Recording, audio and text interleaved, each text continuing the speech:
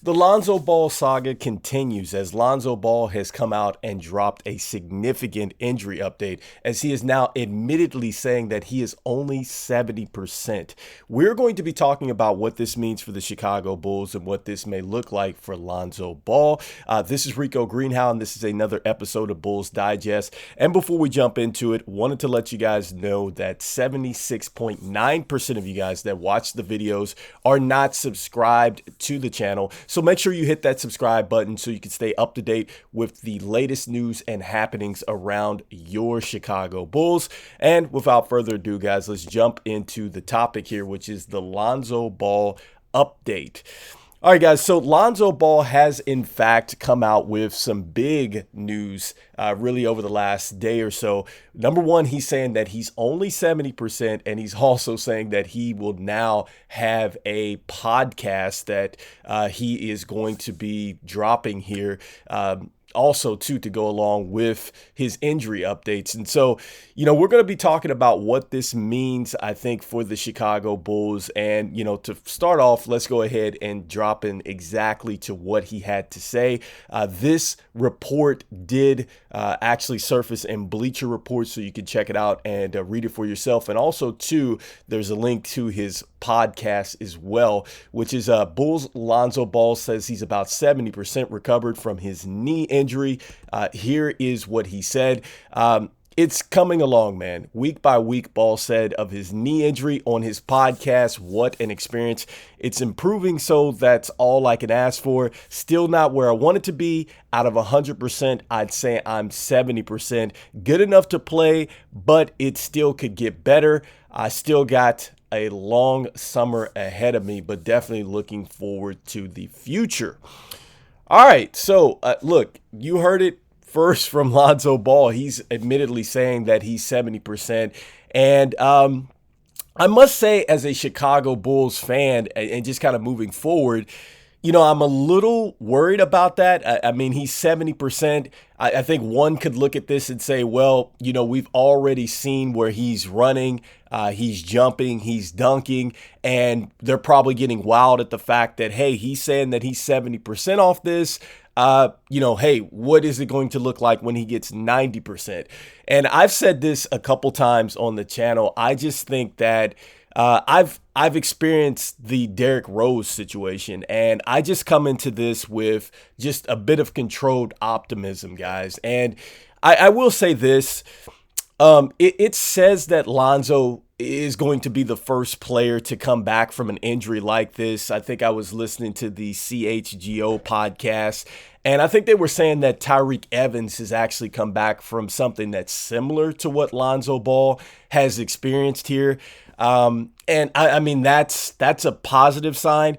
And I think that he's now jumping on the podcast here, which it doesn't shock me, all right? Because him coming out with a podcast, let's just be honest, Lonzo Ball has always had a bunch of hype around him, all right? I think that his father perhaps might be one of the biggest hype men in NBA history, having his son saying that his son would probably be better than Steph Curry, better than Michael Jordan. I'm pretty sure that those comments were made for him coming out of school. And so, look, I'm not really, how can I say it? I'm not surprised by the fact that Lonzo is coming out with a podcast at this point, at this juncture, leading into a huge juncture in his career. I think that he has to, get that hype going as he continues to make this comeback. And I think he wants to make it epic here. So, look, I mean, the fact that he's saying he's 70%, it actually coincides with what his father had been saying. The fact that they're looking at about a 4 to 5 month window before he can really start going at guys on a 5-on-5 situation. And I think that kind of leads right into training camp, which is something that we also talked about as well. I just think that, from the Chicago standpoint, the timing is pretty terrible, okay? Because at this point in time, he's got $21 million that he has tied up here, and that's going to obviously eat into our salary cap. I talked about the fact that there's really two options for the Chicago Bulls, and that is to go ahead and waive, stretch it, which means that we would be paying him, I think, for 3 seasons at $7 million a piece there, or they're just going to go ahead and let it ride out and see what happens to Lonzo Ball.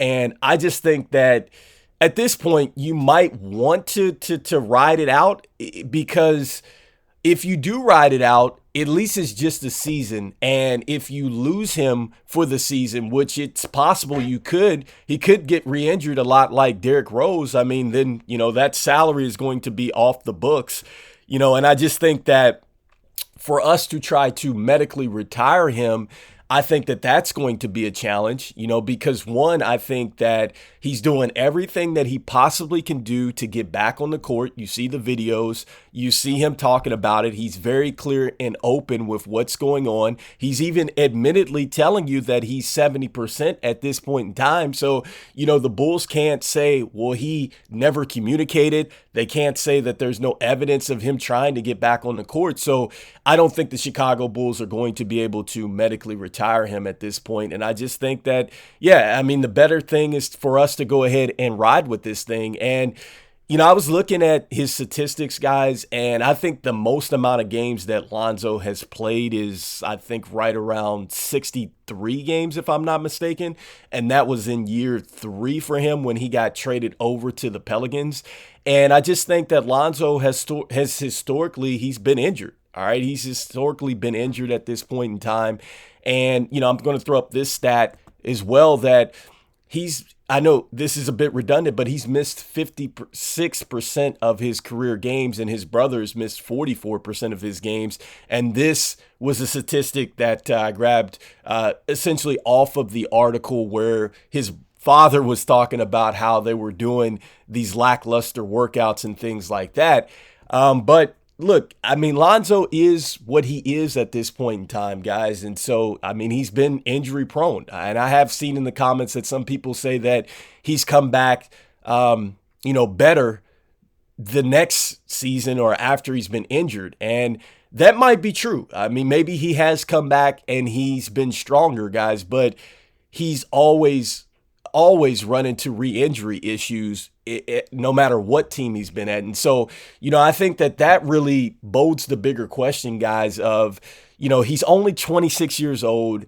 And if he does play out this year with us and he plays well, would you really feel comfortable, putting in more money in Lonzo Ball? And I'm a bit hesitant about that. I just feel like, the Chicago Bulls as a whole have been a reactive team. We're reacting to a lot of situations, and I don't think that we control a lot of these situations because we get into some bad contracts. And I think that this unfortunately screams another bad contract, even if Lonzo Ball plays well. And if he does play well, guys, what does it all mean? With this group, we were number 1 in the East and we fell to number 6. Do we feel like we would retain the number 1 seed with the roster being as it is now? Because look, Vooch has digressed. And I think that you could argue that Lavine's injuries have probably started to get worser.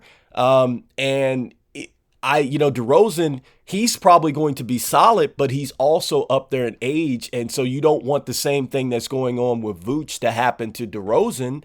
And now the roster around Lonzo has gotten better with Kobe White and Dosunmu. So that's going to eat into some minutes. So, I'm asking, guys, what do you guys think? Because I've also talked about the fact that the only way everybody can come back or they can really fill out this salary fill out the roster properly is they're probably going to have to explore that waive and stretch option, where that is you have to go ahead and waive Lonzo and stretch it out for 3 seasons. But, I just think that he's going to be a shell of himself.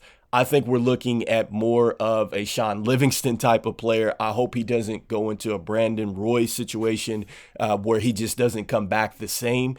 But Like all Chicago Bulls fans and the franchise, we're absolutely rooting for this guy. We rooted for Derrick Rose. We're definitely going to root for Lonzo Ball. We see how good the team could possibly be when he's out there distributing it at a high level and he's running up, playing passing lanes and things like that. He certainly makes the game a lot easier. So what do you guys think, guys? Do we go ahead and do we waive stretch Lonzo Ball? Do we ride it out with Lonzo Ball? Do you guys feel like we'll eventually get his replacement here in the NBA draft coming up, or free agency? So let me know, guys, what you guys think in the comments. Once again, this is Rico Greenhowe, and this is another episode of Bulls Digest. And as usual, guys, go Bulls, and I'll see you guys on the next one. Peace.